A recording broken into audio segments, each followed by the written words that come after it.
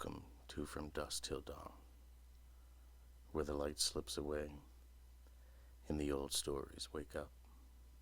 Tonight, the shadows stretch long over forgotten roads, and something waits in the quiet between heartbeats.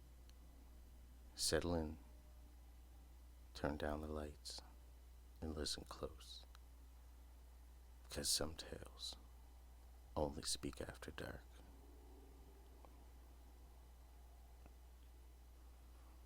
The house at the end of the dirt road had always smelled faintly of wet earth and milk gone sour.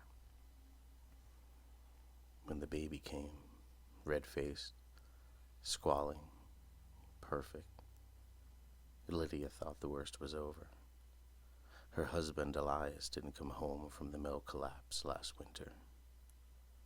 She carried the child alone, birthed it alone, named it Rowan after the tree that marked his grave. For 3 nights, Rowan slept soundly in the cradle by the fire. On the 4th, the cradle was empty.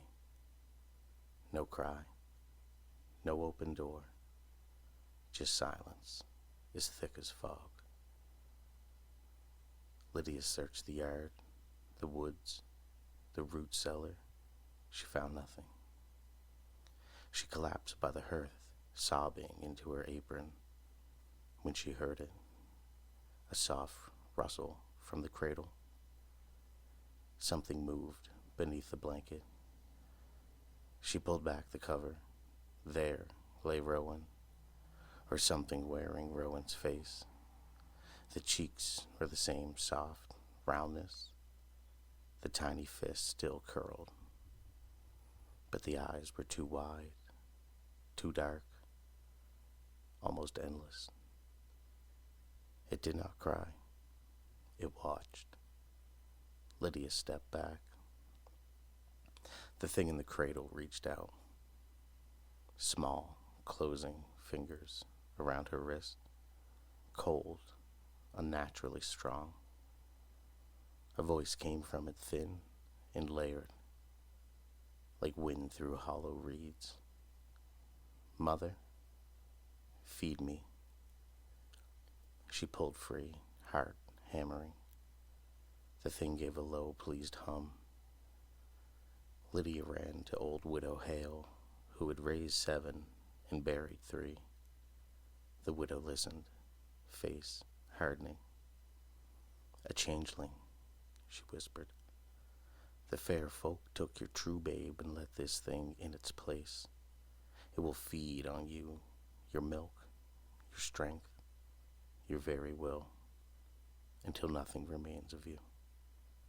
She gave instructions. Boil water in eggshells. Make it see the absurdity. Changelings cannot bear nonsense. It will laugh, reveal its true nature, and flee. Your Rowan will return. Lydia came home at dusk. The thing had grown. Its limbs looked longer, its skin paler, almost luminous in the firelight.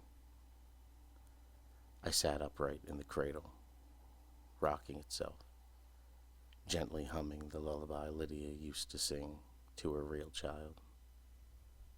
She set the pot on the fire, cracked eggs carefully, filled the shells with water, set them to boil. The thing watched, its head tilted. What are you doing, Mother? Its voice had deepened, rougher now. Lydia forced her voice steady. Brewing supper. The shells bubbled. The thing stared, then began to chuckle, softly at first, then louder, a strange, delighted sound that made the flames flicker. The laughter grew until the window seemed to tremble. Then it stopped abruptly. Eyes narrowed. You think tricks will send me away? Lydia froze. The thing climbed slowly from the cradle, movements too smooth, too deliberate. It stood taller now. Rowan's face was still there, but stretched, thin, like a mask wore too long.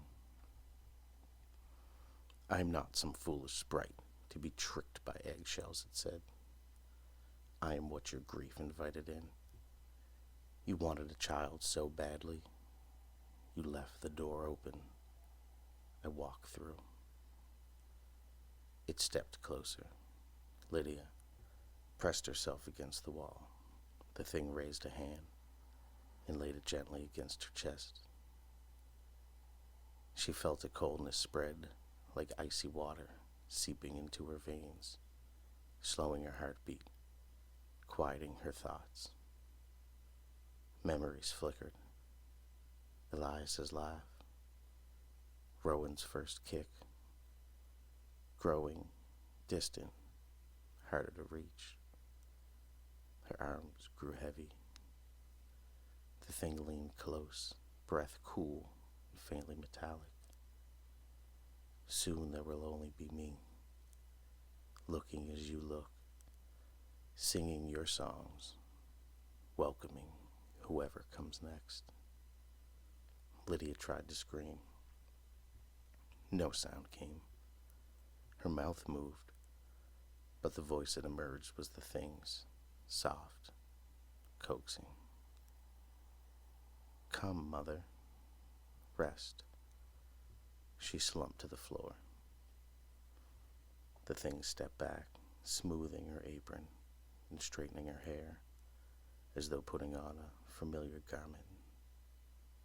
Outside, snow began to fall. The cradle rocked empty. Somewhere, deep in the woods, a real child cried once, then silence. In the morning, Widow Hale knocked. The door opened. Lydia smiled, warm, familiar. Come in. The baby's sleeping. The widow stepped inside. The cradle was full again. A small face peered up, perfect, pink, eyes wide and dark. The widow felt the chill, but Lydia's hand was already on her arm, cold, steady. Stay for supper, she said. The thing in the cradle smiled wider. No one came looking after that. The house stood quiet.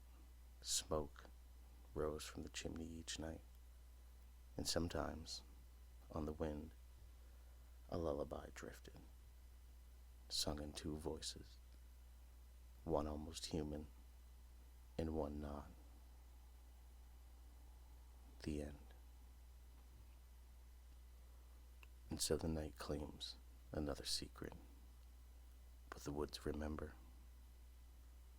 If this tale lingered in your thoughts, hit that like button. Subscribe if you dare to hear more. And ring the bell, because dusk falls again soon. Until next time, sleep lightly from dusk till dawn.